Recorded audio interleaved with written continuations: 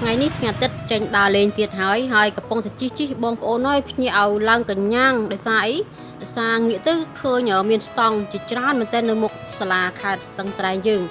ហើយចាំមិនថាដឹងតែក្រៅទៅដែរបងប្អូនអ្នកនៅក្នុងខេត្តស្ទឹងត្រែងយើងត្រៀមគឺត្រៀមអីគេត្រៀមលុយកាក់នឹងតែម្ដងព្រោះថាការតាំងពីព័ន្ធនេះខ្ញុំអត់ដឹងថាមានផលិតផលឬក៏ជាស្អីខ្លះទេបងប្អូនគ្រាន់ថាយើងងាកទៅឃើញច្រើនតែម្ដងដូចដែលវីដេអូបង្ហាញអញ្ចឹងបងប្អូនឃើញច្រើនអត់រៀបទាំងជួរសំខាន់ណាស់គឺមានឡានដឹកទំនិញធំឃើញអត់ឡានដឹកទំនិញធំចតនៅចំហៀងថ្នល់តែម្ដងនៅចិញ្ចើមថ្នល់ហ្នឹងបងប្អូនហ្នឹងហើយមើលនោះស្តង់ហើយស្តង់ច្រើនមែនជារៀបចំលក់ផលិតផលអីឬក៏ជាការដែលប្រតិការអីមួយឬក៏យ៉ាងម៉េចទេឆ្ងល់ដែរបងប្អូនហើយតោះឥឡូវយើងចង់ដឹងចាំអត់មើលទាំងអស់គ្នាណាដល់ពេលគេរៀបចំរួចរាល់ហើយគេដាក់តាំងពិព័រណ៍ឬក៏ធ្វើអីមួយចាប់ផ្ដើមមកក្រឹកក្រែងនេះខ្ញុំនឹងថតបង្ហាញជូនទៅកាន់បងប្អូនយើងឥឡូវយើងកលឹងនេះក្នុងវងមូលមកជុំសិនព្រោះថាថ្ងៃនេះថ្ងៃអាទិត្យឆ្លៀតដើរលេងខ្លះៗអញ្ចឹងណាបងប្អូនឲ្យស្របជាមួយនឹងកម្ដៅថ្ងៃហ្នឹងក៏វាមិនជាក្ដៅណាប្រហែលដែរថ្ងៃនេះម្ដងស្ទុំម្ដងបើកថ្ងៃម្ដងស្ទុំម្ដងបើកថ្ងៃហើយនេះគឺជារង្វង់មូលនៃទីរួមខេត្តស្ទឹងត្រែងយើងឥឡូវគឺមានរង្វង់មូលច្រើនណាបងប្អូន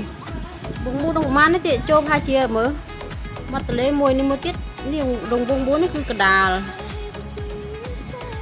ខេត្តណាបងប្អូននេះឃើញទេបាត់មកជុំហើយនៅឃើញមានស្តង់ច្រើនទៀតអូយស្តង់ច្រើនមែនតើបងប្អូនហើយតែអត់ដឹងថាជាតាំងលក់ផលិតផលអីខ្លះ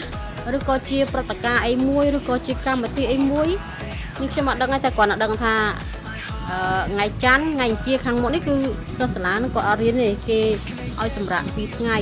ហើយថ្ងៃនេះផងដែរក៏ជាថ្ងៃអាទិត្យអញ្ចឹងឆ្លៀតជិះមួយជុំ2ជុំហើយខួបបាសខ្លះៗអញ្ចឹងណាបងប្អូនហើយក៏ឆ្លៀតថតជាវីដេអូបង្ហាញជូនទៅកាន់បងប្អូនយើងឲ្យឃើញផងដែរអ្នកនៅក្នុងស្ទឹងត្រែងយើងដែលក៏អត់ដឹងណាឃើញវីដេអូនេះហើយកុំភ្លេចមកដើរលេងសប្បាយទាំងអស់គ្នាហើយក៏យើងចង់ដឹងថាតើជាកម្មវិធីអីព្រោះថាឆាកតន្ត្រីនេះខ្ញុំសង្កេតមើលទៅដូចអត់មានទេឃើញមានតែស្តង់មកថាជាអាចស្តង់លក់ផលិតផលឬក៏លក់ទំនិញផលិតផលរបស់ខ្មែរក្នុងស្រុកឬក៏ទំនិញចិនឬក៏ទំនិញអីនេះខ្ញុំអត់ដឹងដូចគ្នាបងប្អូនអើយតែក៏អត់ដឹងថាផលិតផលថៃនៅខាងស្ទឹងត្រែងនេះគឺបងប្អូនអ្នកនៅក្នុងទីរួមខេត្តស្ទឹងត្រែងគឺតាក់ដៃគ្នាបានល្អណាស់គឺថាផ្ដាច់ចោល 100% តែម្ដងគឺអត់ប្រើប្រាស់អត់ទិញហើយអ្នកលក់ក៏អត់យកមកលក់ដែរទោះបីជាអ្នកលក់គាត់យកមកលក់ក៏